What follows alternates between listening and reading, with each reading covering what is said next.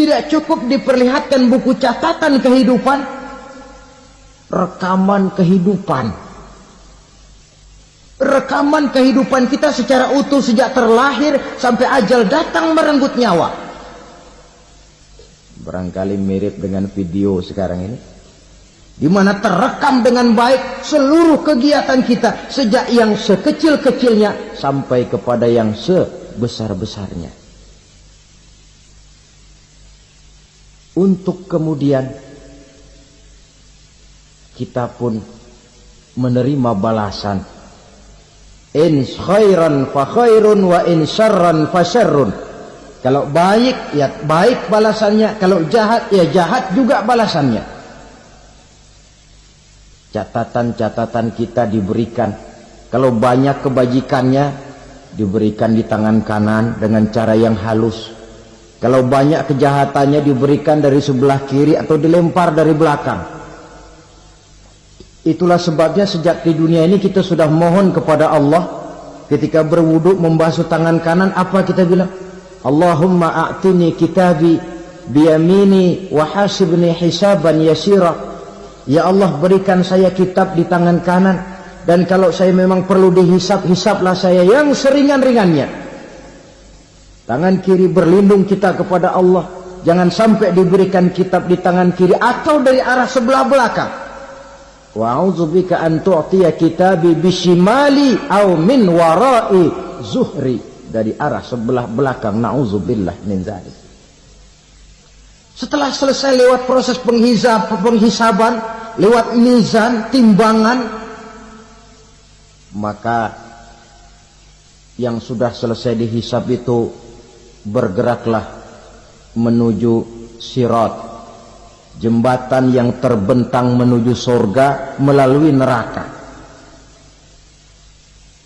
Saudara-saudara, panjangnya perjalanan sirat itu memakan waktu ratusan tahun.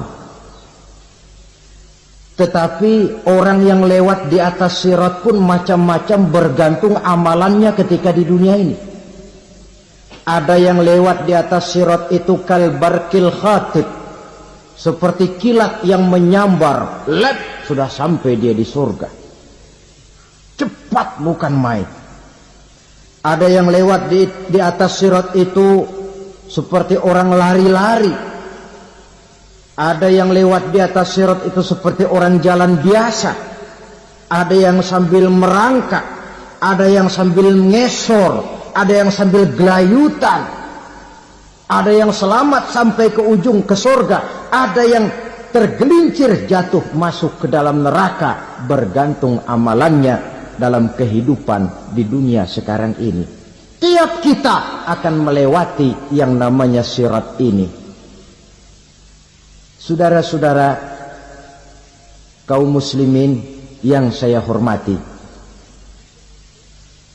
dengan demikian mereka yang selamat melalui sirat sampai ke terminal akhir surga, mereka yang ketika dihisab ternyata banyak kejahatannya daripada kebaikannya, mereka singgah di dalam neraka. Nah, adapun orang-orang yang beriman menurut ayat Quran dan hadis Nabi itu nanti ada bermacam-macam. Ada orang beriman itu yang dimasukkan surga. Ada orang beriman itu yang dimasukkan ke dalam surga. Ada orang beriman itu yang disebut penduduk surga. Kenapa lain-lain, Pak? Karena waktu di dunia amalannya juga lain-lain. Ada orang beriman yang masuk surga. Ini paling murah tiketnya. Mau masuk surga? Kata Nabi begini, ma min abdin qala la ilaha illallah thumma mata ala dhalik illa dakhalal jannah. Kalau seorang hamba sudah mengucap dua kalimat syahadat, dia yakin dengan kebenaran kalimat itu sampai matinya, orang itu akan masuk surga. Abi Dzar yang waktu itu diajak bicara heran, ya Rasul kok gampang betul? Iya, walaupun orang itu mencuri, iya, walaupun orang itu berzina, iya, biar dia mencuri, biar dia berzina, kalau dia sudah mengucap 2 kalimat syahadat, dia yakin dengan kebenaran kalimat itu sampai matinya, itu orang akan masuk surga. Jadi masuk surga cukup 2 kalimat syahadat, yakin sampai mati, masuk surga. Itu perkara masuk. Tapi kalau pertanyaannya diterusin, masuknya kapan Pak? Nah, ini lain lagi urusannya. Sebab ada yang masuknya itu langsung, ada yang mampir dulu. Di sana tempat cuma 2, kalau tidak surga, neraka. Mau ke surga tapi mampir dulu, yang mampirnya jelas di neraka. Kenapa? Dalam hadis qudsi ada riwayat, nanti itu di akhirat, setelah Allah selesai mengatur penduduk surga masuk surga, yang neraka masuk neraka, Allah berkata kepada malaikat Malik, malaikat Malik, labaik ya Allah, itu bajingan-bajingan tengik, manusia-manusia durjana yang waktu di dunia tidak mau sujud, jauh dari ulama, gemar melakukan yang munkarat dan maksiat, hidup di tengah masyarakat selalu jadi bibit keonaran, kufur, sudah masuk neraka semua. Sudah ya Allah. Nah, kalau sudah, coba sekarang kamu masuk Malik. Saya, iya, masuk neraka. Mau apa ya Allah? Kata Allah, akhriju minan nar man kana fi qalbihi misqala habatin min khardalin min iman. Kau masuk neraka, cari di dalam neraka orang-orang yang ada imannya walaupun kecil sebesar biji zarah, angkat mereka keluar. Apabila datang kematian menimpa seseorang, datanglah kiamat baginya. Itu yang disebut dengan kiamat kecil. Hakikatnya mati adalah perpindahan dari kehidupan di dunia ini menuju kehidupan di alam barzakh. Menunggu kita di alam barzakh sampai datangnya saat kiamat, entah 10 tahun, entah 100 tahun, entah 1000 tahun, hanya Allah saja yang maha tahu. Adapun orang-orang beriman yang melakukan amal kebajikan dalam kehidupan di dunia ini, masa penantian yang lama di alam barzakh buat mereka sebentar saja. Tetapi bagi orang-orang kafir yang ingkar, yang tidak beriman kepada Allah, yang hidup di dunia cuma menumpuk-numpuk dosa, tentu penantian di alam barzakh akan merupakan waktu yang sangat lama. Bukankah dalam kehidupan kita waktu itu memang relatif? Contoh misalnya, bagi pemuda-pemudi yang sedang duduk asyik memadu cinta, waktu 4-5 jam saja rasanya cuma 4-5 menit. Tenggelam oleh keasikan. Tapi buat orang yang berbaring di rumah sakit, meratap di balik-balik apa itu tembok derita kata lagu, di balik dinding-dinding penjara, sehari bagai seminggu, seminggu rasa sebulan, sebulan boleh jadi rasa setahun. Penantian yang sangat lama. Kapan kiamat itu akan datang? Ini rahasia Allah. Jangankan kita yang orang awam, baginda Nabi sendiri tidak diberitahu oleh Allah kapan kiamat itu akan terjadi. Tetapi sungguh pun demikian, banyak hadis-hadis yang menjelaskan ciri atau tanda-tanda datangnya kiamat. Nah, kalau sudah bicara soal tanda, tanda kiamat itu ada dua.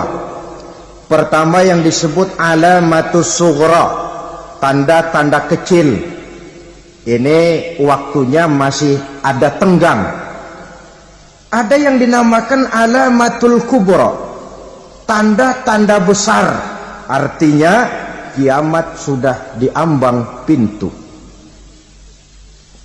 Apa tanda-tanda kecil dari datangnya hari kiamat itu? Misalnya kata Nabi, apabila ilmu sudah diangkat oleh Allah. Artinya apabila ulama sudah banyak wafat, minat orang belajar agama berkurang, lalu kebodohan nampak merajalela di mana-mana, zina dikerjakan secara terbuka, minuman-minuman keras jadi kebanggaan.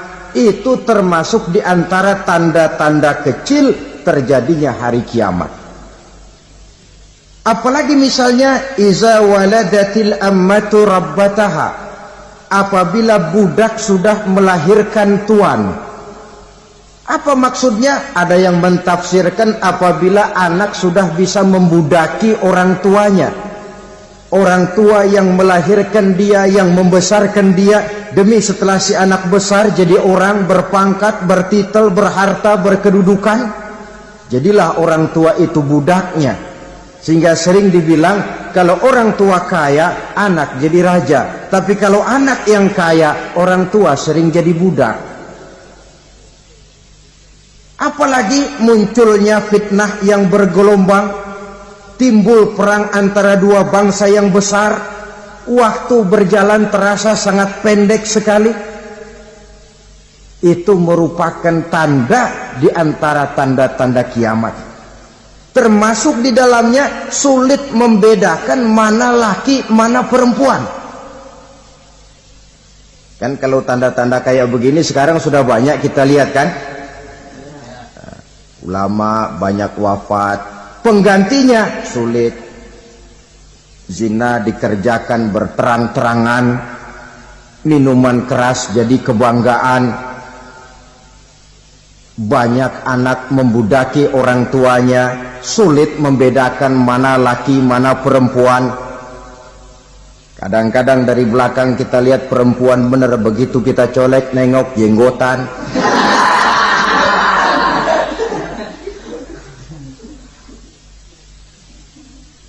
Ini termasuk tanda-tanda kecil, masih ada tenggang sampai akan terjadinya kiamat itu.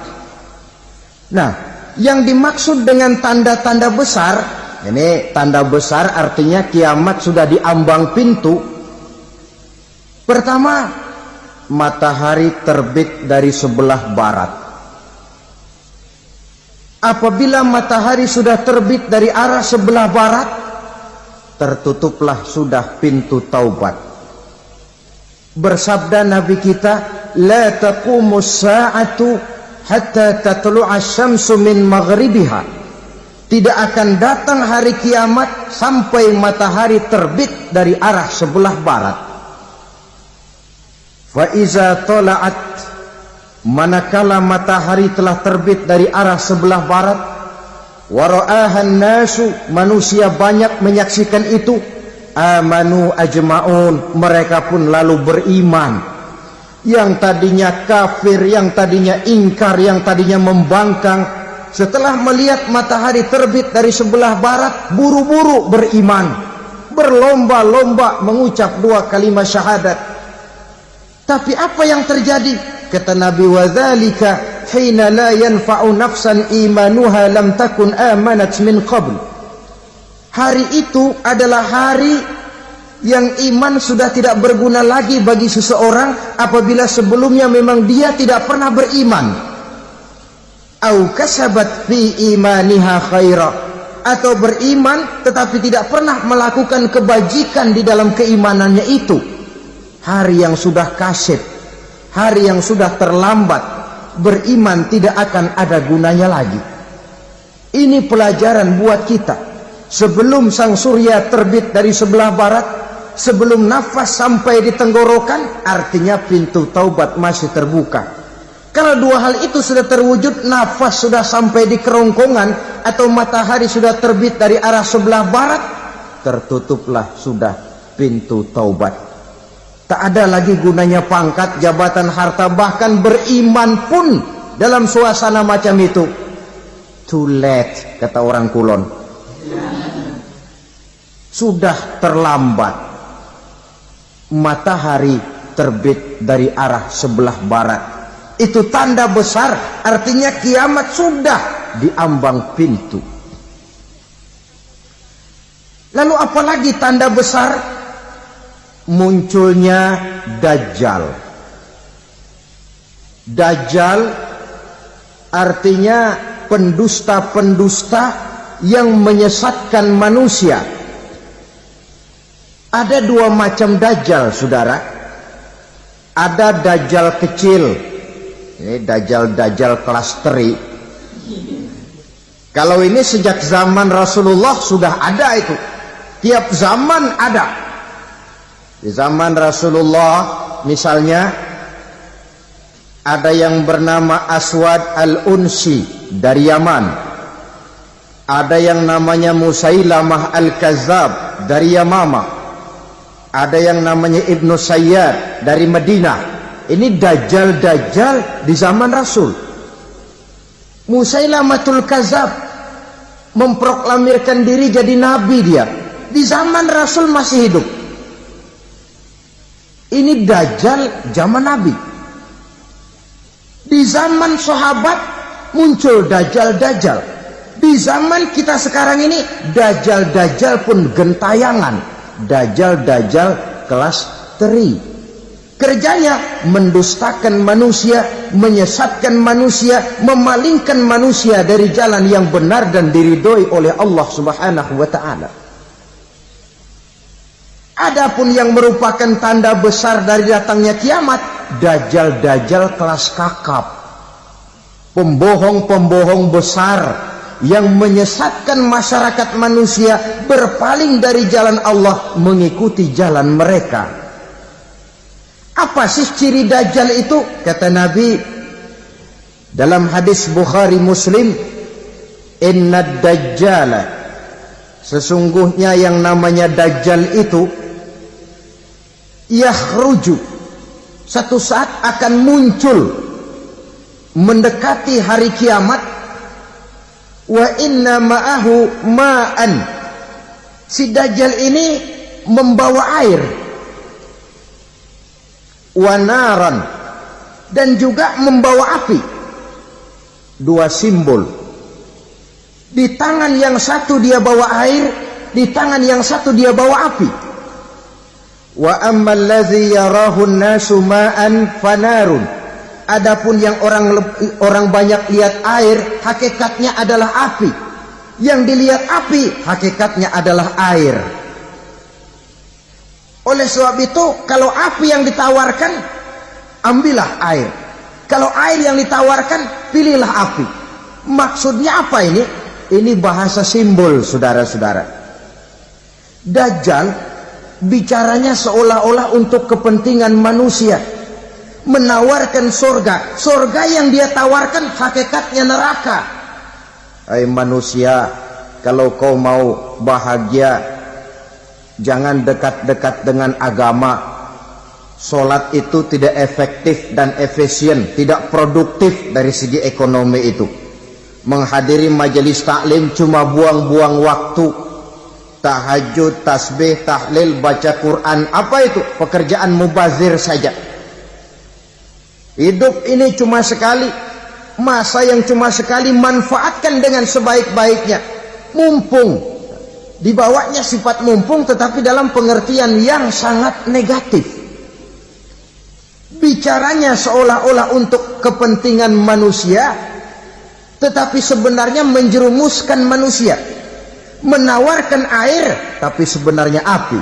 Menawarkan api, tapi hakikatnya air. Buat apa kamu sholat? Buat apa kamu bayar zakat? Buat apa kamu puasa? Surga yang dicanangkan Dajjal, hakikatnya neraka. Neraka yang digambarkan Dajjal, pada dasarnya adalah surga. Jadi memutarbalikkan fakta itu kerjaan Dajjal.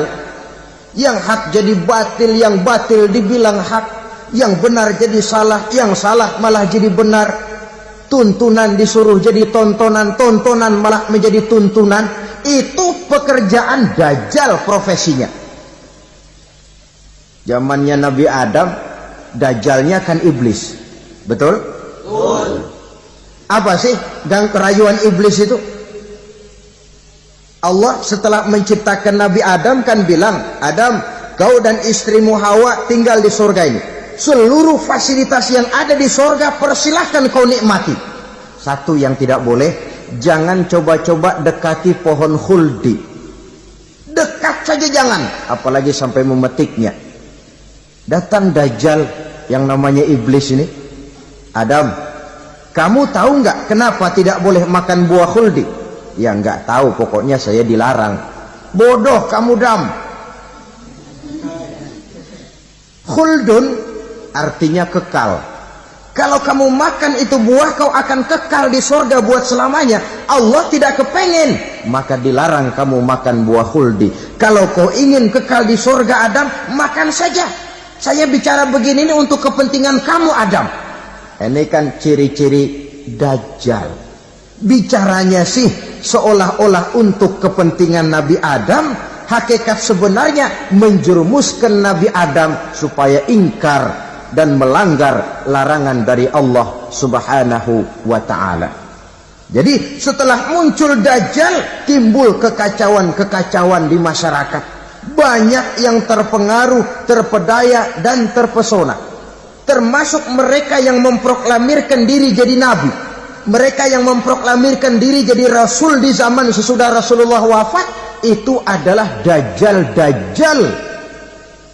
Maka saya ingatkan, kalau di zaman kita sekarang ini ada orang ngaku jadi nabi, ada orang ngaku jadi rasul, biar bahasa Arabnya kental, Quran hafal, hadis ribuan hadis hafal, biar pakai serban sampai menyengser ke tanah, bahasa Arabnya fasih, tapi dia mengaku jadi nabi, jadi rasul, kita umat Islam wajib tidak percaya. Wajib untuk tidak percaya. Itulah Dajjal-Dajjal zaman kita sekarang ini. Tidak mustahil mereka datang mempengaruhi orang-orang awam supaya berpaling dari Rasulullah, mengikuti mereka. Nah, di akhir zaman nanti, mendekati hari kiamat, Dajjal ini muncul, Dajjal kelas kakap, menyesatkan masyarakat manusia untuk berpaling dari Islam, mengikuti seruan mereka. Apalagi di antara datangnya kiamat itu, tanda yang besar itu, turunnya Nabiullah Isa Al-Masih, putra Maryam. Menurut berbagai hadis yang sahih, Nabi Isa Al-Masih nanti akan turun lagi. Tidak membawa risalah yang baru, tapi meluruskan risalah Islam ini yang telah banyak ditinggalkan oleh masyarakat. Bahkan ada hadis menjelaskan beliau akan membunuh Nabi, mematahkan kayu-kayu salib, lalu melaksanakan haji dan umrah mengikuti syariat Nabi Muhammad, bukan membawa agama baru. Menjadi semacam mujaddid, reformer, menyelamatkan manusia dari bisikan Dajjal. Bahkan ada riwayat yang menjelaskan bahwa Nabi Isa berhasil mengalahkan Dajjal, mengembalikan masyarakat manusia kembali kepada ajaran Islam yang datang dari Allah, dibawa oleh Rasulullah Sallallahu Alaihi Wasallam. Dengan kata lain, turunnya Nabi Isa bukan sebagai Nabi dan Rasul baru, tetapi mengikuti syariat Nabi kita Muhammad Sallallahu Alaihi Wasallam. Saudara hadirin, ibu-ibu hadirat yang saya hormati, kemudian apalagi di antara tanda-tanda besar akan datangnya kiamat itu? Keluarnya asap atau awan. Kata Nabi, inna min asrati sa'ah dukhanan yamla'u ma bainal masyriqi wal maghrib. Di antara tanda-tanda kiamat munculnya awan atau asap yang memenuhi antara langit dan bumi. Ini pun diperkuat dalam surah Ad-Dukhan ayat 10. Fartaqib yauma ta'tis sama' bidukhanin mubin fayughshan nas hadza azabun alim. Bagi orang-orang yang beriman, mereka biasa-biasa saja. Tapi bagi orang kufur, datangnya asap dan awan ini merupakan azab yang kelewat pedih. Barangkali sedikit mendekati gambaran tentang azab yang pedih ini, saya ingatkan alam pikiran kita kepada peristiwa yang belum lama terjadi. Pernah dengar berita bocornya reaktor nuklir di Chernobyl, Uni Soviet? Pernah dengar? Nah. Bocornya reaktor nuklir di Chernobyl yang mengakibatkan ratusan bahkan sangat mungkin ribuan nyawa. Cuma satu reaktor. Bagaimana kalau seluruh cadangan nuklir yang dimiliki oleh para negara adik kuasa ini diledakkan? Bahkan yang konon menurut catatan, cadangan nuklir yang dimiliki bersama oleh Amerika dan Rusia sekarang ini sudah sanggup memusnahkan 6 miliar manusia. 1,5 kali lebih banyak dari jumlah manusia yang nongkrong di permukaan bumi ini. Saudara-saudara hadirin yang saya hormati, lalu saat mendekati hari kiamat, apalagi tandanya? Setelah Nabi Isa wafat, pada saat turunnya yang kedua kali, lalu Allah meniupkan angin sejuk. Semua orang-orang beriman, orang-orang baik wafat, sehingga penghuni bumi ini cuma tinggal lagi terdiri dari orang-orang kafir.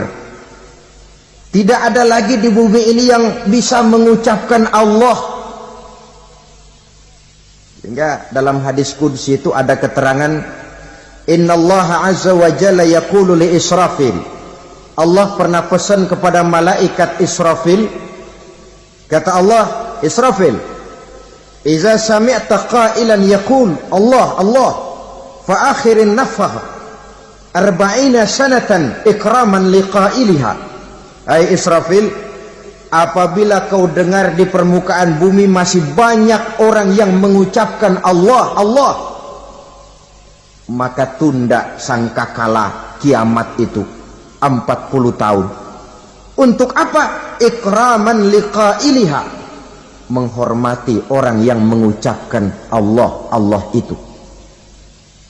Wah, jadi karena sekarang masih banyak yang mengucapkan Allah, besar hatilah kita, masih jauh kiamat itu. Tapi jangan lupa, kiamat pribadi, kiamat kecil itu yang nggak kita sangka-sangka. Ajal datang mencabut nyawa, itu kiamat pribadi, dan itu yang pasti kita hadapi, dan itu yang membuat kita tidak boleh bersikap main-main di dalam kehidupan sekarang ini. Saudara hadirin yang saya hormati, tidak ada lagi orang-orang muslim. Seluruh penduduk dunia ini kafir. Lalu terciptalah struktur sosial yang berlandaskan prinsip hidup semau gue. Bakal terjadilah prinsip di mana yang kaya menyantap yang miskin, yang kuat menindas yang lemah. Hidup sudah bagaikan di rimba belantara. Berlaku hukum rimba. Siapa yang kuat dia yang menang, siapa yang lemah menjadi mangsa. Timbul kekacauan, maksiat merajalela, munkarat menjadi-jadi. Sehingga isi bumi ini penuh dengan segala macam perbuatan dosa.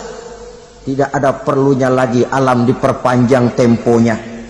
Datang saat yang sudah dijanjikan oleh Allah Azza wa Jalla, maka terjadilah yang disebut kiamat kubra, kiamat besar, kiamat hancur-hancuran. Bagaimana kejadian ini dimulai?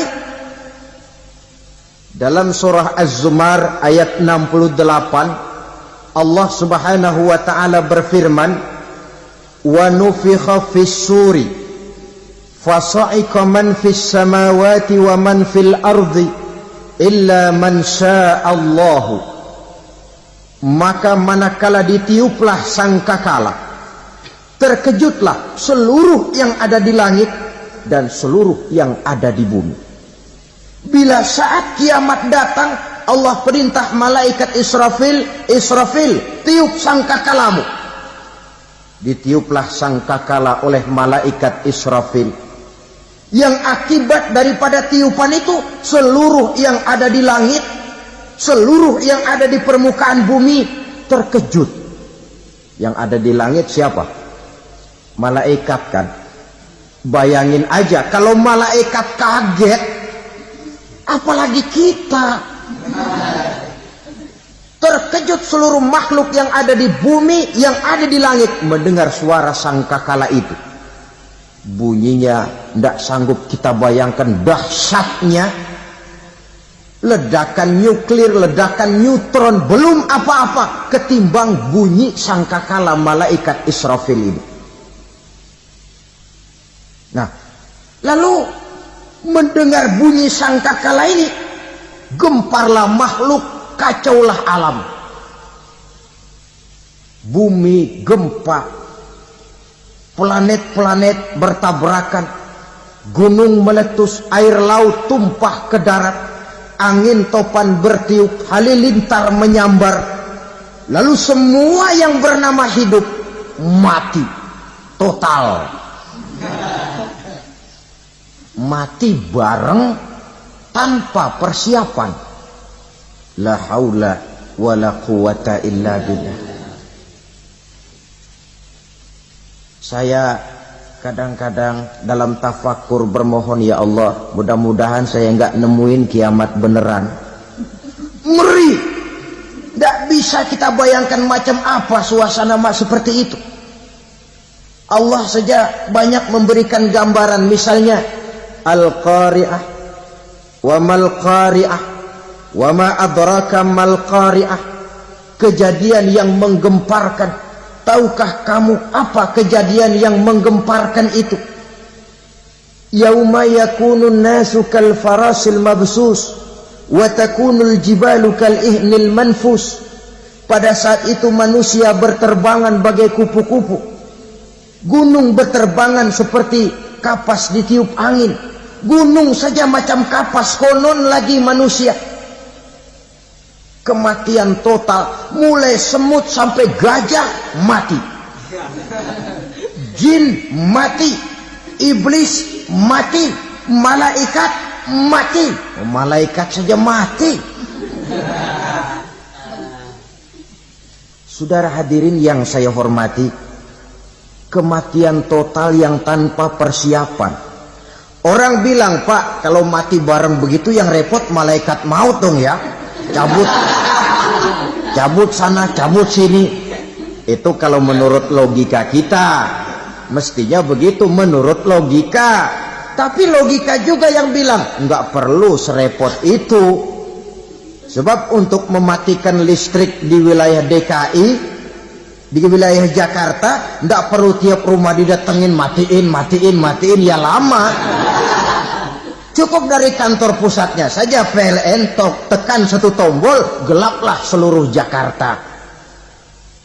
Saudara hadirin yang saya hormati, kematian total. Lalu setelah kematian total, planet-planet juga mati, dalam arti tidak bergerak dan beredar. Angin mati, dalam arti tidak bertiup. Air mati, dalam arti tidak ada riak gelombang. Pokoknya semua mati. Kullu nafsin za'iqatul maut, semua yang bernafas mati. Dalam ayat lain, kullu man 'alaiha fan, semua yang ada di permukaan bumi fana. Yang kekal cuma Allah Subhanahu wa ta'ala. Yang paling belakang mati malaikat maut dan malaikat Israfil. Tapi mati juga sesuai dengan janji Allah. Menurut hadis Bukhari Muslim dari Abi Hurairah, masa tenggang waktu antara kematian total pada tiupan sangkakala pertama dengan proses kebangkitan pada tiupan sangkakala kedua 40 lamanya. Tidak dijelaskan oleh Abi Hurairah 40 jam, apa 40 hari, apa 40 tahun. Hadis-hadis cuma menyebutkan 40 saja. Sunyi alam yang tinggal cuma Allah saja lagi. Ketika itu Allah berseru-seru, katanya, limanil mulkul yauma, siapa para penguasa hari ini?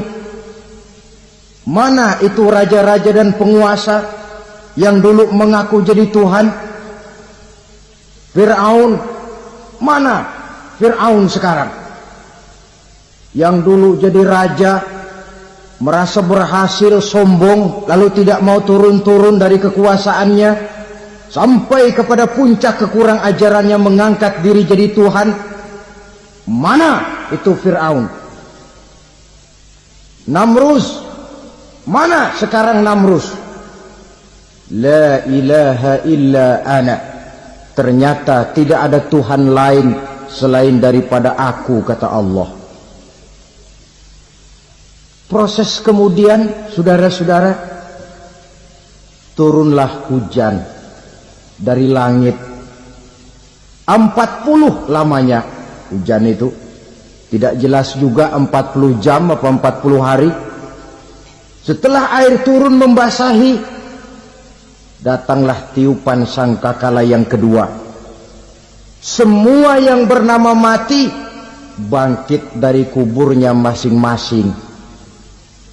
Ini yang disebut Yaumul Ba'thi, hari kebangkitan. Allahu Akbar. Pada saat kita bangkit dari kubur kita masing-masing, kumpul di padang mahsyar namanya. Bayangin aja, saya sendiri nggak sanggup bayangin.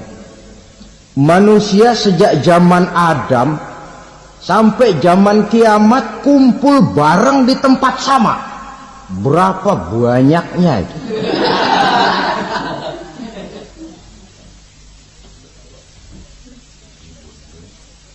Dan yang luar biasa, menurut satu riwayat, pada saat bangkit itu, Masya Allah, roman muka kita berubah, disesuaikan dengan amalan kita waktu di dunia ini. Barang siapa yang waktu di dunia amalannya itu amalan tikus, di akhirat nanti dia bangkit dari kubur, mukanya seperti muka tikus. Gagah betul badannya, tapi mukanya seperti tikus. Kenapa? Amalannya waktu di dunia seperti amalan tikus. Apa amalan tikus itu? Suka ngegeragoti barang yang sudah disimpan rapi-rapi. Orang sudah simpan uang rapi-rapi, simpan perhiasan rapi-rapi, digeragoti oleh tikus. Maling-maling, pencoleng-pencoleng, koruptor-koruptor, itu nanti di akhirat nanti kita lihat mukanya seperti muka tikus. Oh, ini waktu di dunia suka nyolong, mukanya seperti muka tikus.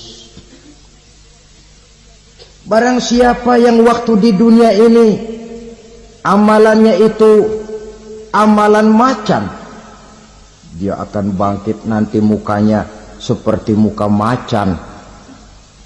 Apa amalan macan? Macan itu amalannya menang-menangan. Orang yang mau menang saja, nggak mau mengalah. Coba lihat di hutan. Kenal hutan nggak? Nah. Di hutan, raja hutan di mana-mana pasti macan. Betul kan? Betul. Padahal hutan belum pernah bikin pemilihan umum. Tapi macan tidak peduli ada pemilihan umum apa tidak, pokok saya raja. Sebab apa? Macan jadi raja itu bukan karena benar, tapi karena kuat jadi raja. Setelah dia jadi raja, rakyat hutan yang mesti dilindungi malah dimakan oleh raja macan.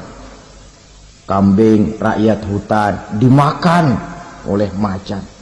Ayam rakyat hutan dimakan oleh macan. Itu nanti kita lihat di akhirat itu mukanya seperti muka macan, gagah betul. Lalu barang siapa yang di dunia ini amalannya itu seperti amalan anjing, nanti dia punya muka seperti muka anjing. Apa amalan anjing? Pertama, anjing itu kalau disuruh jaga rumah, dia tidak bisa membedakan mana maling, mana tamu. Biar yang datang maling kalau bawa tulang, anjing kalem. Yang kedua, anjing itu akan setia kepada siapa saja yang memberinya roti. Siapa yang memberinya roti, itulah majikannya. Apa kata majikannya, pasti dia laksanakan. Soal benar atau salah, dia tidak peduli. Setelah anjing dapat roti, dia tidak punya pilihan lain kecuali bilang, abdi mah kumaha juragan wae ayeuna mah.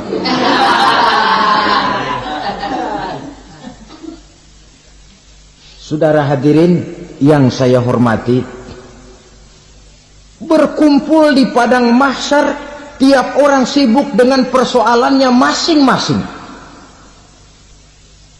Matahari waktu itu didekatkan oleh Allah, panas luar biasa. Ada yang saking panasnya itu mencucurkan peluh keringat sampai sebatas mata kakinya. Ada yang keringatnya sampai sedengkulnya, ada yang keringatnya sampai sepusatnya, ada yang keringatnya mengalir sampai sebahunya. Ada yang kelelap oleh keringatnya sendiri, sementara orang di sampingnya nggak apa-apa. Bergantung lagi amalan dia waktu di dunia ini. Saudara-saudara, sebagian orang dalam kepanikan padang mahsyar berombong-rombong datang mereka menghadap Nabi Adam. Ya Adam, anta abal bashar. Hai Adam, Tuhan adalah bapak moyang manusia. Kami sebentar lagi akan disidang, dimintakan pertanggungan jawab. Tolonglah kami, hai Adam. Kata Nabi Adam, jangankan nolongin sampean, saya sendiri tanggung jawab di hadapan Allah. Ketika dulu tidak boleh makan khuldi, saya serobot. Sudahlah, urus diri masing-masing saja, nafsi. Begitu kata Nabi Nuh, begitu kata Nabi Ibrahim. Tiap orang bertanggung jawab sendiri-sendiri. Ketika itulah saudara-saudara, nikmatnya menjadi umat Nabi besar Muhammad sallallahu alaihi wasallam. Sebab apa? Walaupun menurut abjad kita ini umat paling belakang, karena paling belakang kita ini toh, karena Nabi Muhammad adalah Nabi akhir. Tapi akan dihisap lebih dulu, lewat di atas sirat lebih dulu, masuk surga lebih dahulu ketimbang umat-umat belakangan. Ketika Rasul mendekati ajal, beliau tanyakan itu kepada malaikat Jibril. Malaikat Jibril berkata, Muhammad jangan khawatir, Allah sudah berjanji, inni haramtul jannata ala sairil anbiya hatta tadkhulaha anta, wa haramtuha ala sairil umami hatta tadkhulaha ummatuka. Surga aku haramkan buat seluruh nabi kecuali kalau engkau Muhammad sudah masuk ke dalamnya, dan surga aku haramkan buat seluruh umat kecuali kalau umatmu Muhammad sudah masuk ke dalamnya.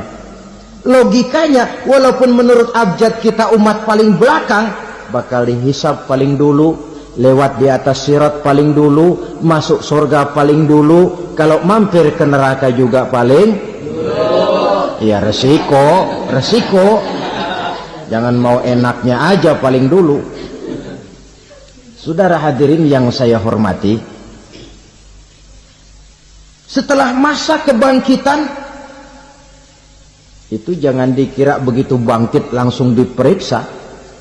Masih menunggu menanti ribuan tahun perhitungan padang mahsyar, untuk sampai kepada proses yang disebut yaumul hisab, hari perhitungan. Seorang demi seorang bakal dipanggil. Bayangkan saja, kita se-RT saja di absen, kadang-kadang perlu waktu lama.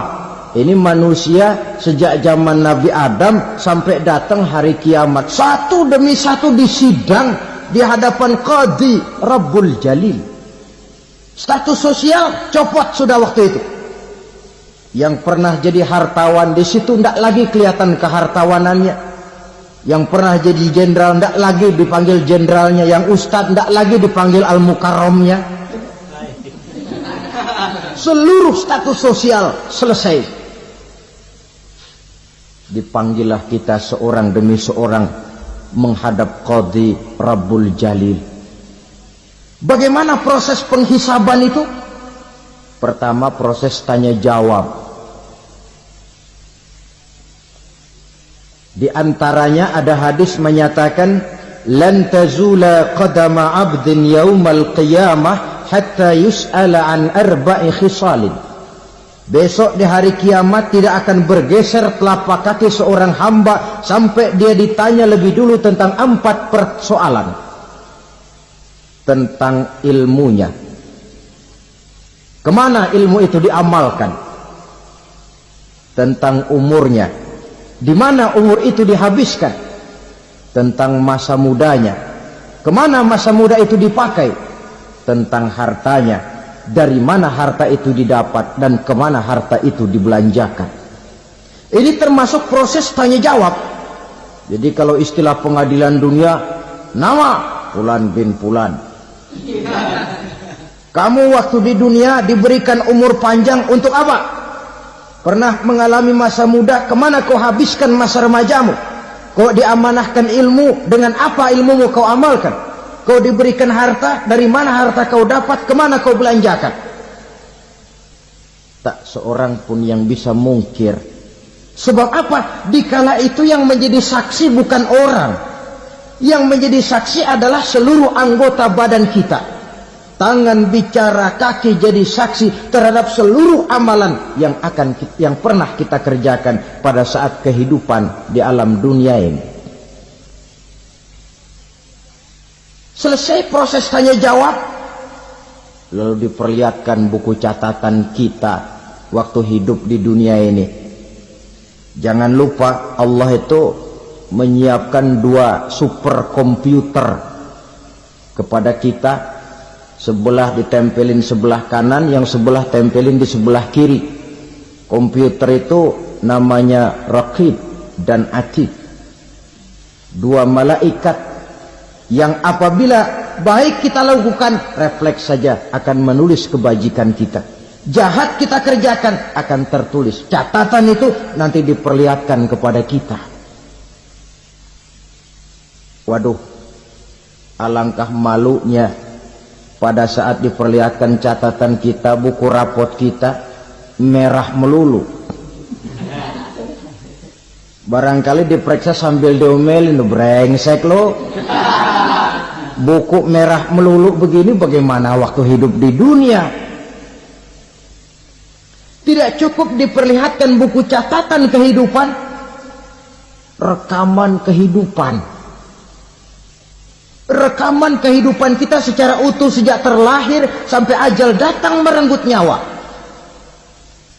Barangkali mirip dengan video sekarang ini, di mana terekam dengan baik seluruh kegiatan kita sejak yang sekecil-kecilnya sampai kepada yang sebesar-besarnya.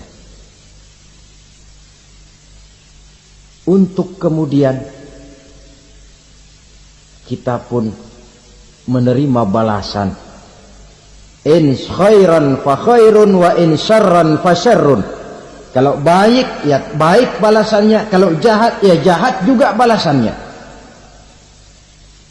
Catatan-catatan kita diberikan. Kalau banyak kebajikannya diberikan di tangan kanan dengan cara yang halus. Kalau banyak kejahatannya diberikan dari sebelah kiri atau dilempar dari belakang. Itulah sebabnya sejak di dunia ini kita sudah mohon kepada Allah ketika berwudu membasuh tangan kanan apa kita bilang? Allahumma a'tini kitabi biyamini wa hasibni hisaban yasira. Ya Allah, berikan saya kitab di tangan kanan, dan kalau saya memang perlu dihisab, hisablah saya yang seringan-ringannya. Tangan kiri berlindung kita kepada Allah, jangan sampai diberikan kitab di tangan kiri atau dari arah sebelah belakang. Wa a'udzubika an tu'tiya kitabi bishimali aw min wara'i zuhri, dari arah sebelah belakang. Na'udzubillah min dzalik. Setelah selesai lewat proses penghisaban, lewat mizan, timbangan, maka yang sudah selesai dihisab itu bergeraklah menuju sirat, jembatan yang terbentang menuju surga melalui neraka. Saudara-saudara, panjangnya perjalanan sirat itu memakan waktu ratusan tahun. Tetapi orang yang lewat di atas sirat pun macam-macam, bergantung amalannya ketika di dunia ini. Ada yang lewat di atas sirat itu kalbarkil khatib, seperti kilat yang menyambar, lep, sudah sampai dia di surga. Cepat bukan main. Ada yang lewat di atas sirat itu seperti orang lari-lari. Ada yang lewat di atas sirat itu seperti orang jalan biasa. Ada yang sambil merangkak, ada yang sambil ngesor, ada yang sambil gelayutan, ada yang selamat sampai ke ujung ke surga, ada yang tergelincir jatuh masuk ke dalam neraka, bergantung amalannya dalam kehidupan di dunia sekarang ini. Tiap kita akan melewati yang namanya sirat ini. Saudara-saudara kaum muslimin yang saya hormati, dengan demikian mereka yang selamat melalui sirat sampai ke terminal akhir surga, mereka yang ketika dihisab ternyata banyak kejahatannya daripada kebaikannya, mereka singgah di dalam neraka. Nah, adapun orang-orang yang beriman menurut ayat Quran dan hadis Nabi itu nanti ada bermacam-macam. Ada orang beriman itu yang dimasukkan surga.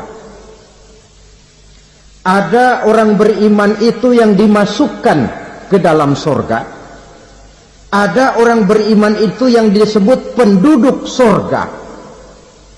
Kenapa lain-lain, Pak? Karena waktu di dunia amalannya juga lain-lain. Ada orang beriman yang masuk surga. Ini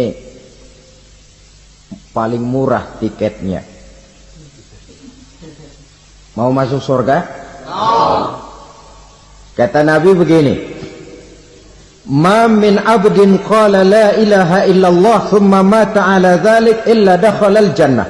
Kalau seorang hamba sudah mengucap dua kalimat syahadat, dia yakin dengan kebenaran kalimat itu sampai matinya, orang itu akan masuk surga. Abi Dzar yang waktu itu diajak bicara heran, ya Rasul kok gampang betul? Iya, walaupun orang itu mencuri, iya, walaupun orang itu berzina, iya. Biar dia mencuri, biar dia berzina, kalau dia sudah mengucap dua kalimat syahadat, dia yakin dengan kebenaran kalimat itu sampai matinya, itu orang akan masuk surga. Jadi masuk surga cukup dua kalimat syahadat, yakin sampai mati, masuk surga. Itu perkara masuk. Tapi kalau pertanyaannya diterusin, masuknya kapan, Pak? Nah, ini lain lagi urusannya. Sebab ada yang masuknya itu langsung, ada yang mampir dulu. Di sana tempat cuma dua, kalau tidak surga, neraka. Mau ke surga tapi mampir dulu, yang mampirnya jelas di neraka. Kenapa? Dalam hadis qudsi ada riwayat, nanti itu di akhirat, setelah Allah selesai mengatur penduduk surga masuk surga, yang neraka masuk neraka, Allah berkata kepada malaikat Malik, malaikat Malik, labaik ya Allah. Itu bajingan-bajingan tengik, manusia-manusia durjana yang waktu di dunia tidak mau sujud, jauh dari ulama, gemar melakukan yang munkarat dan maksiat, hidup di tengah masyarakat selalu jadi bibit keonaran, kufur, sudah masuk neraka semua. Sudah ya Allah. Nah, kalau sudah, coba sekarang kamu masuk, Malik. Saya, iya, masuk neraka. Mau apa ya Allah? Kata Allah, akhriju minan nar man kana fi qalbihi misqala habatin min khardalin min iman. Kau masuk neraka, cari di dalam neraka orang-orang yang ada imannya walaupun kecil sebesar biji zarah, angkat mereka keluar.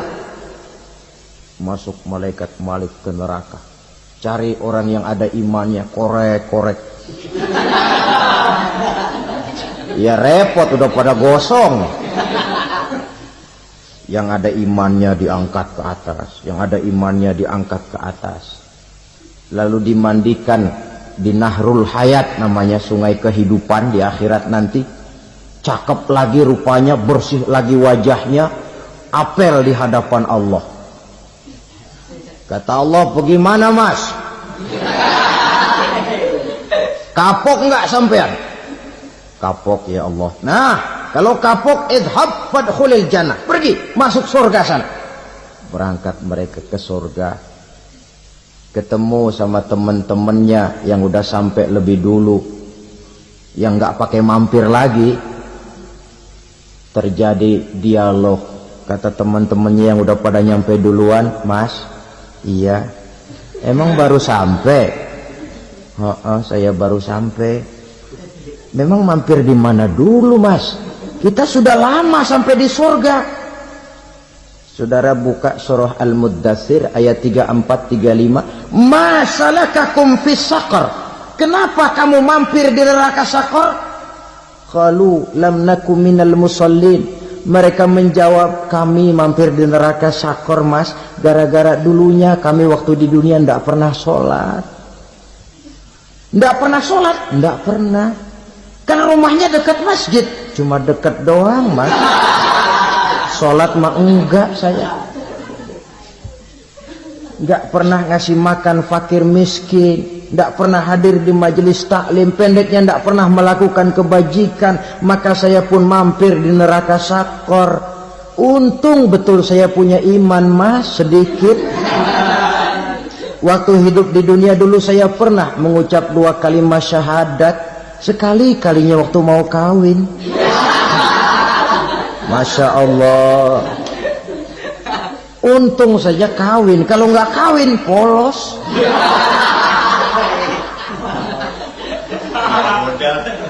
Itu juga pengulu sudah setengah mati ngajarin. Asyhadu alla, asyaduaan, asyaduaan.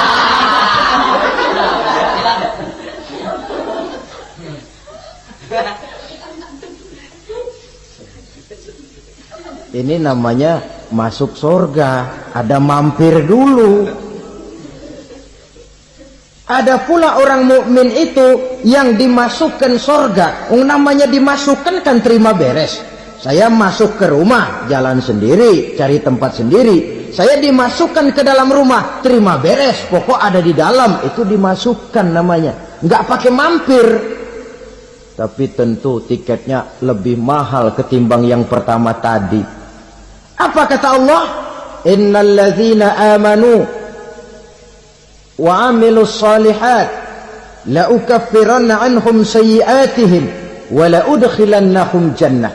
Sesungguhnya orang-orang yang beriman kemudian beramal soleh, kami hapuskan segala dosa dan kesalahannya, kami masukkan mereka ke dalam surga. Lihat ayatnya. Allah yang memasukkan, kita yang dimasukkan. Tidak pakai transit, tidak usah mampir. Cuma tidak cukup syahadat, tidak cukup amanu, tapi diiringi dengan wa'amilus salih. Iman, amal. Tidak cukup syahadat, lalu dibuktikan dia sholat, dia zakat, puasa, lalu dia melakukan berbagai macam kebajikan. Ini yang menyebabkan dia tidak pakai mampir di tempat yang bernama Sakor. Lalu ada pula orang mukmin itu yang disebut penduduk sorga. Wah, ini sudah VIP ini. Ashabul jannah, penduduk sorga. Siapa mereka? Kata Allah, innal ladzina amanu summa istaqamu fala khaufun alaihim wala hum yahzanun ulaika ashabul jannah hum fiha khalidun.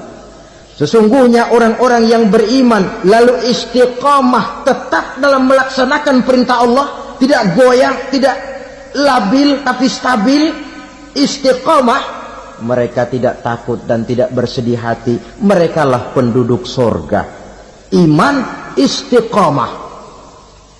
Tidak punya duit, sembahyang. Banyak duit, sembahyang.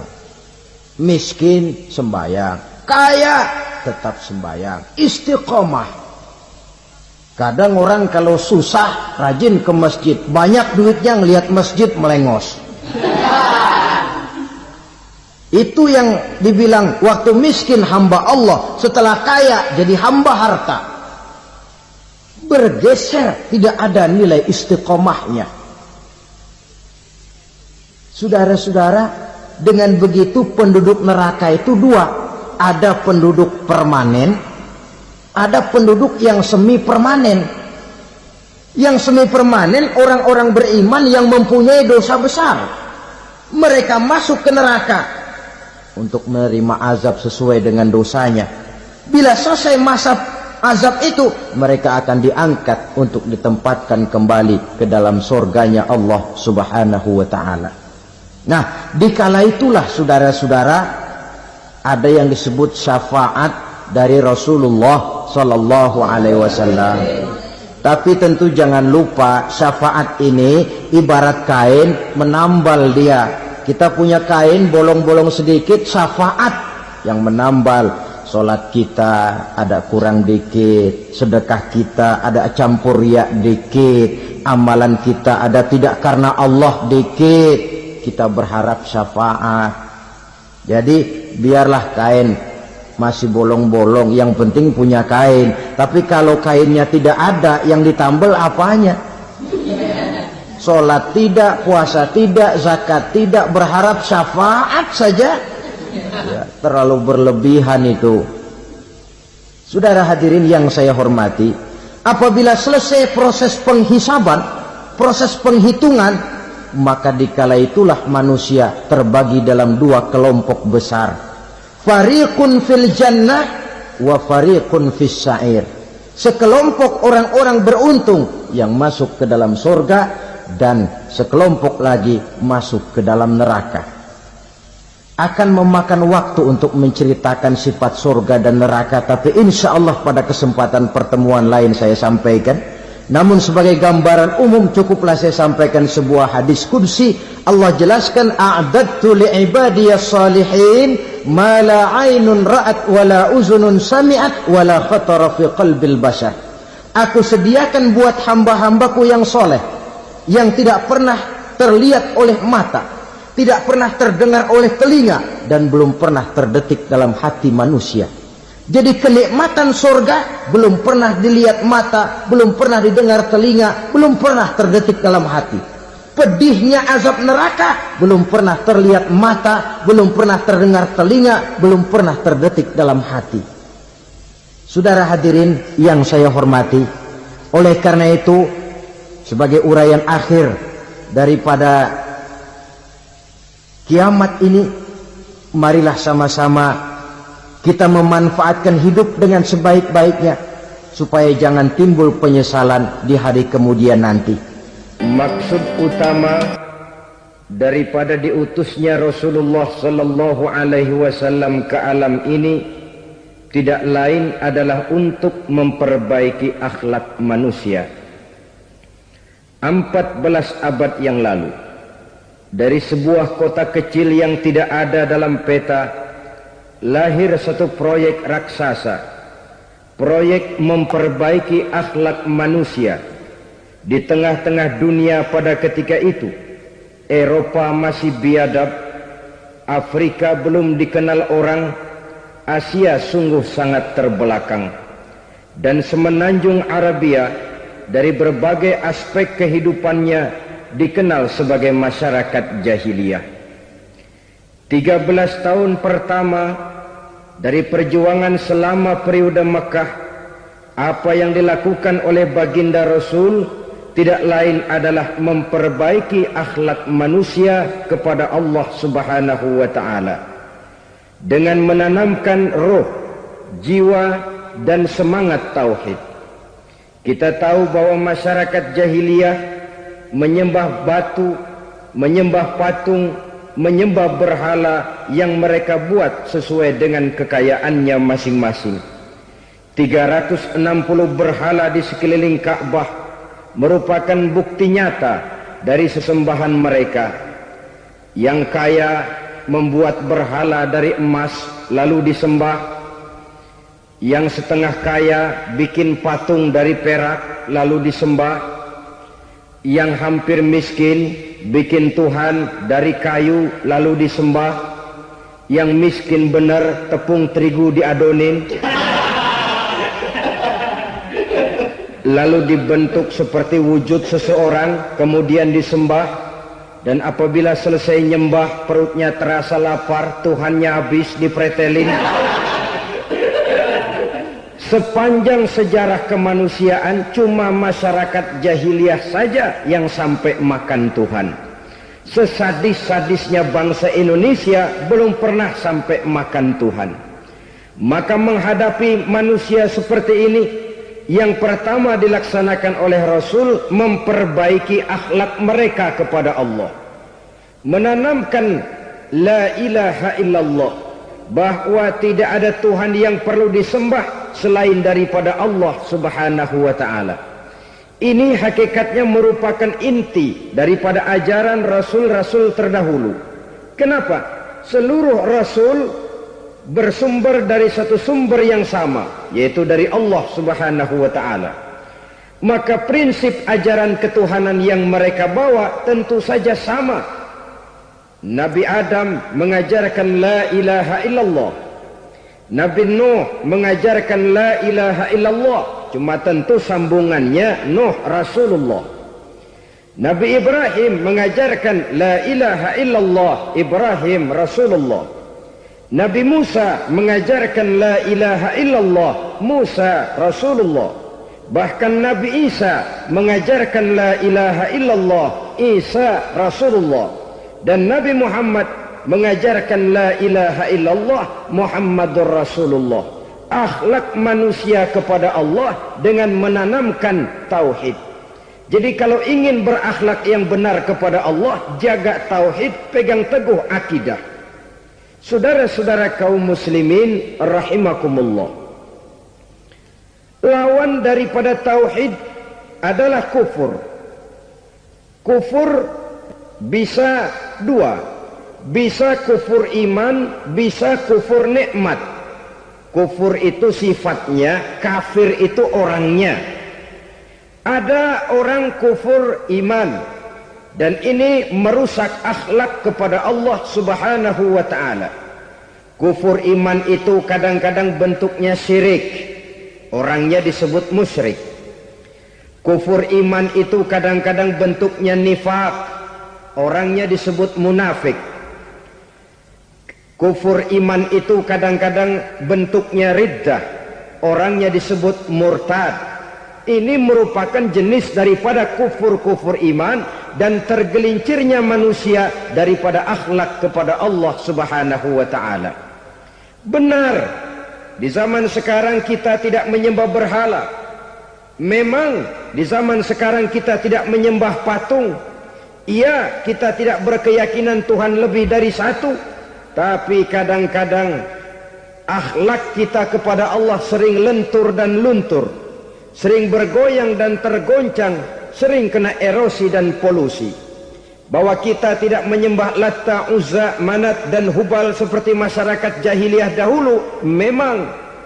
Tapi Latta zaman sekarang, Uzza zaman sekarang, Manat dan Hubal di zaman sekarang, berhala-berhala di abad kita sekarang ini, kadang-kadang bernama harta, kadang-kadang bernama wanita, kadang-kadang bernama tahta, mungkin juga bernama Toyota. Sesuatu yang lebih kita agungkan daripada Allah, menjelmalah dia menjadi berhala-berhala di zaman kita sekarang ini. Manakala kita di kantor sudah lebih takut kepada kepala bagian kita daripada kepada Allah, maka Tuhan kita barangkali adalah kepala bagian kita. Manakala kita sudah lebih takut kepada manusia daripada kepada Allah, bergeserlah akhlak kita kepada Allah, mengagungkan manusia dan menomorduakan Allah. Maka di zaman sekarang akhlak kita kepada Allah sering kena erosi, sering kena polusi.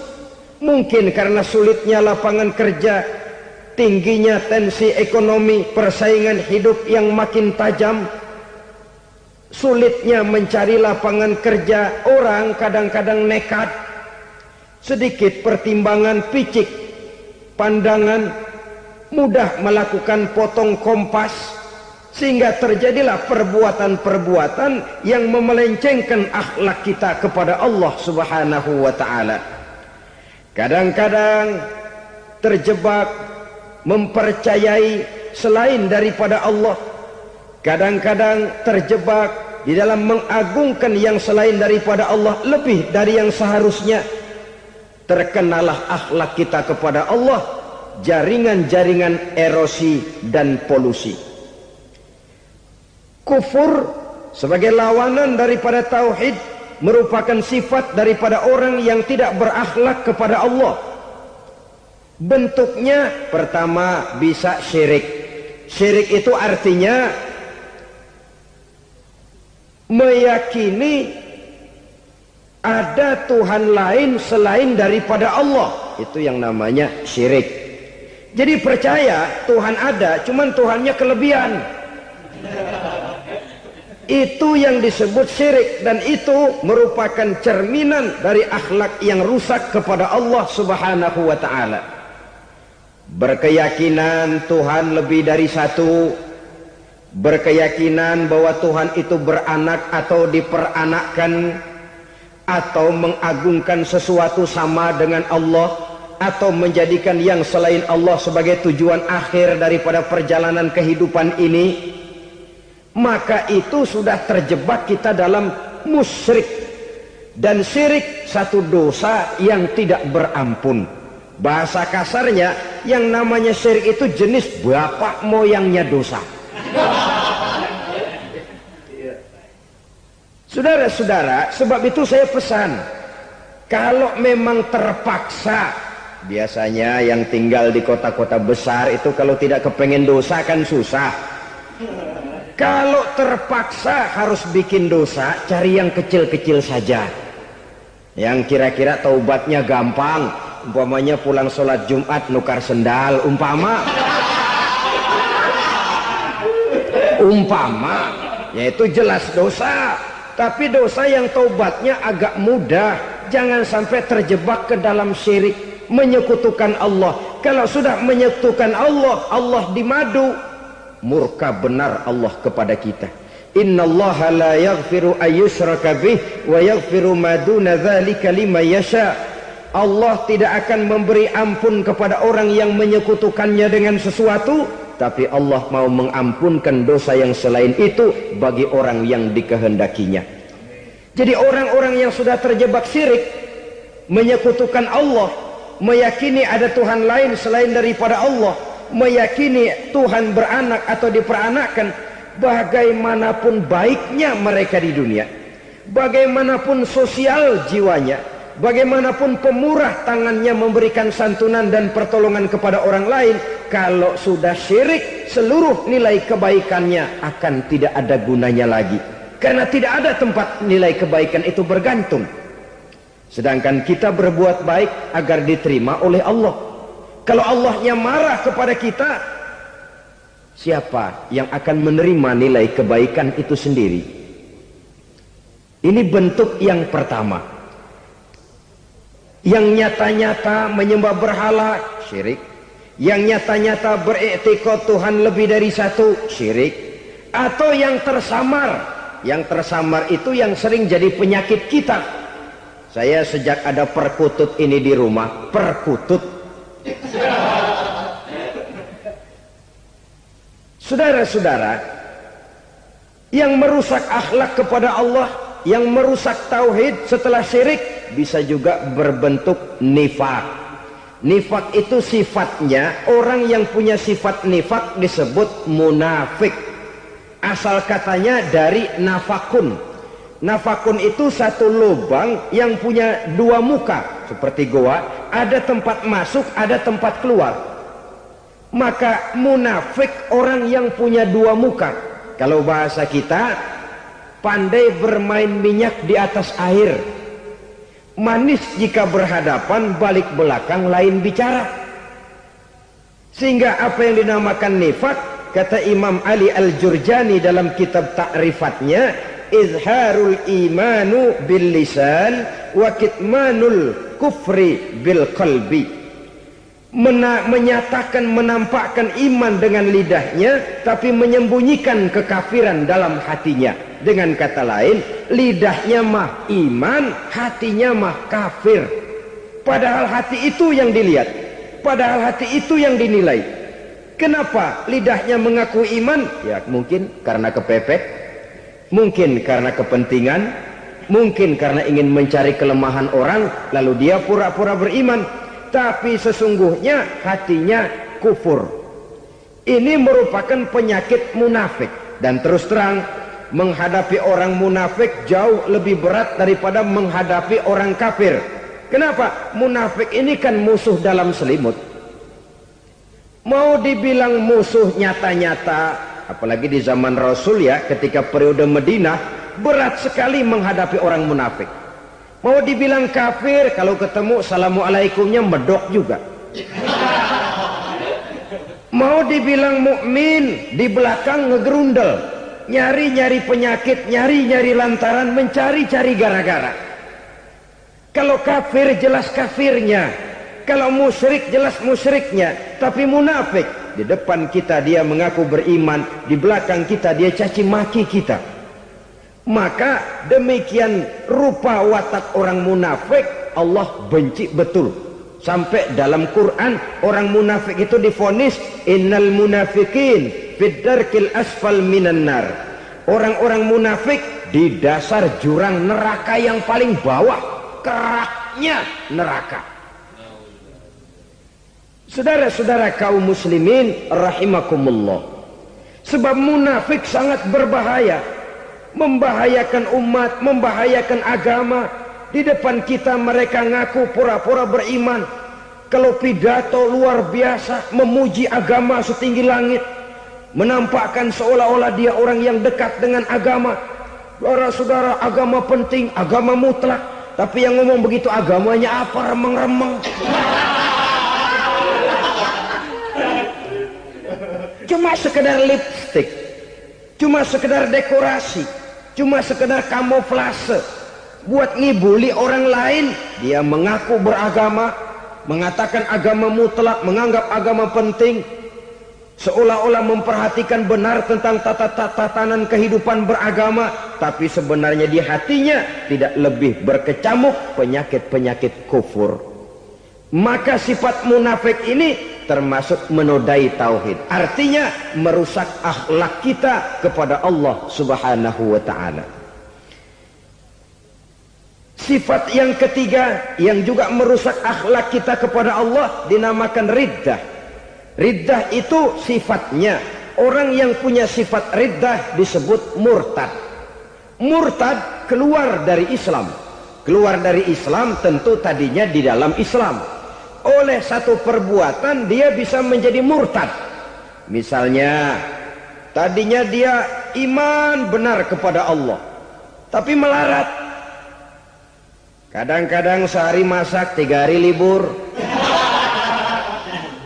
Akhirnya oleh kesulitan ekonomi dia tidak kuat.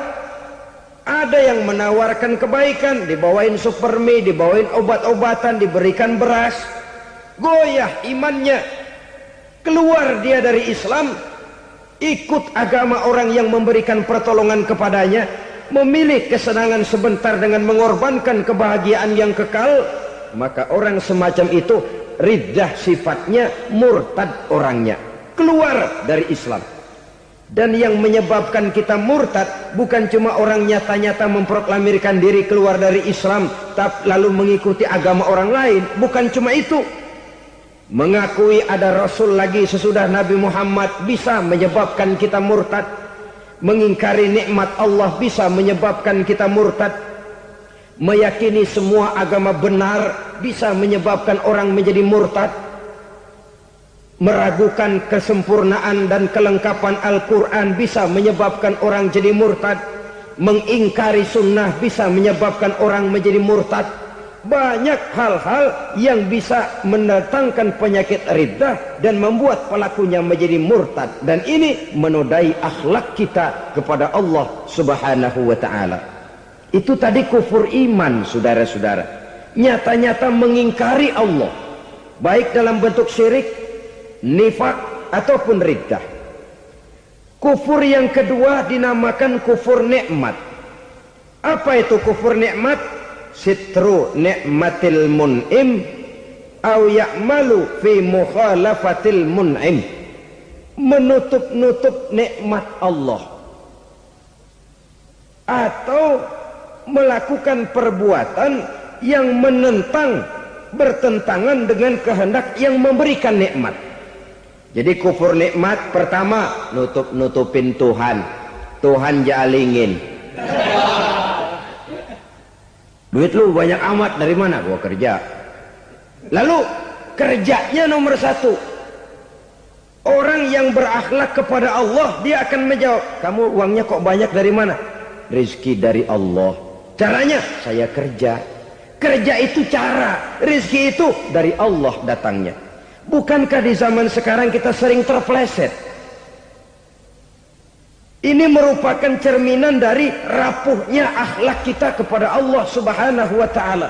Karena usaha saya memang, karena saya peras keringat banting tulang, tentu.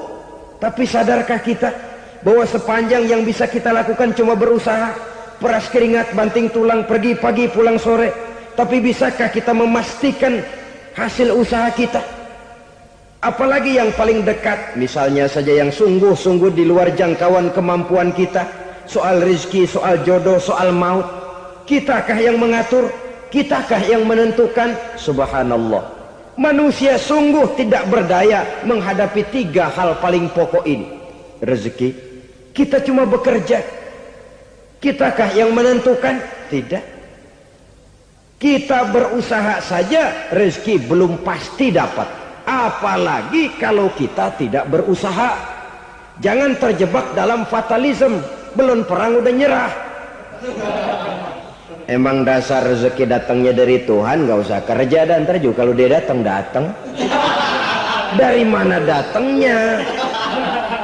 Kerja saja belum tentu dapat rezeki, apalagi kalau tidak kerja. Yang jelas usaha perlu. Kepastian itu urusan Allah. Ini akhlak kepada Allah Subhanahu wa ta'ala. Jodoh juga begitu. Kita berusaha, kita berupaya, Allah menghendaki lain, lain jadinya. Maut juga begitu. Siapa sih yang pengen ngadepi maut? Siapa sih yang pengen mati? Siapa sih yang pengen ketemu malaikat Israel? Tidak seorang pun kalau ditanya, kecuali mereka yang putus asa ya. Kalau otaknya masih normal, mau mati, mesti belakangan dulu udah dikit. Tapi yang satu itu, saudara, kalau dia sudah datang, tenaga mana yang bisa menolak? Kalau dia sudah berkunjung, kekuatan mana yang bisa menghindar? Kalau dia sudah ingin bertemu, kemana kita bisa melarikan diri? Manusia sepanjang yang dia lakukan hanya berusaha, tapi kepastian, ketentuan dari Allah Subhanahu wa ta'ala.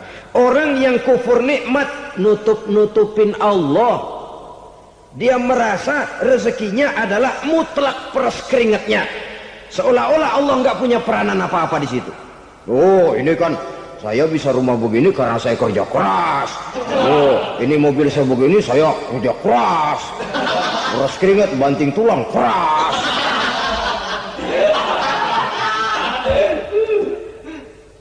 Saudara-saudara kaum muslimin rahimahkumullah, jadi menutup-nutupi Allah. Akibatnya nanti kalau dia berhasil, Allah ketutupan. Kalau dia gagal, orang lain dicaci maki, dicari kambing hitam. Yang kambing hitam kan mahal, karena orang sering cari-cari kambing hitam. Jarang orang mau jujur kalau bertemu kesulitan lalu mencari sebab pada dirinya sendiri. Yang paling enak ya nyalain orang. Lo begitu. Orang lain yang paling enak kita salahin. Au ya'malu fi mukhalafatil mun'im, atau dia melakukan sesuatu yang tidak sesuai dengan kehendak yang memberikannya nikmat. Diberikan kita tangan, mulut sih nggak berhenti. Terima kasih Tuhan, alhamdulillah saya dikasih tangan. Cuma nih tangan enteng mat nabokin orang mulut. Itu sudah mukhalafatul mun'im, bertentangan dengan kehendak yang memberikan nikmat. Diberikan harta, mulutnya mah basah. Terima kasih Tuhan, alhamdulillah dikasih harta. Tapi pelitnya minta ampun. Kikir, koret, medit. Ini juga